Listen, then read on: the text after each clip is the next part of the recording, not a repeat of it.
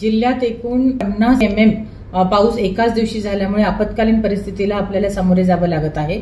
जवळपास 60 महसूल सर्कलपैकी 17 सर्कलमध्ये अतिवृष्टी झालेली आहे। विशेषतः उदगीरमध्ये बोरगाव आणि धडकनाथ या ठिकाणी रात्री बीदरमध्ये जास्त पाऊस झाल्यामुळे तिथं पूर्ण गावाचा संपर्क तुटला होता आणि विळखा पडलेला आहे। महसूल यंत्रणा सर्व स्थानिक यंत्रणा त्या ठिकाणी पूर्ण रात्रभर कार्यरत आहे, आता सुद्धा आहे। परिस्थिती नियंत्रणाखाली आहे, कुठली जीवित हानी झालेली नाही।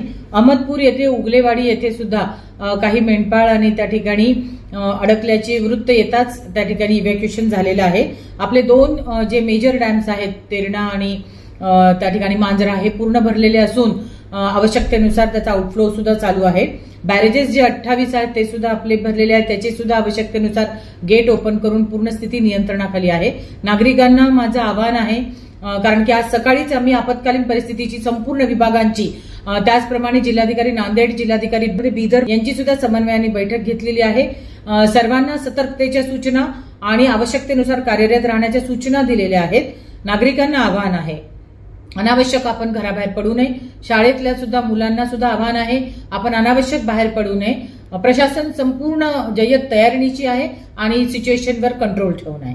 धन्यवाद।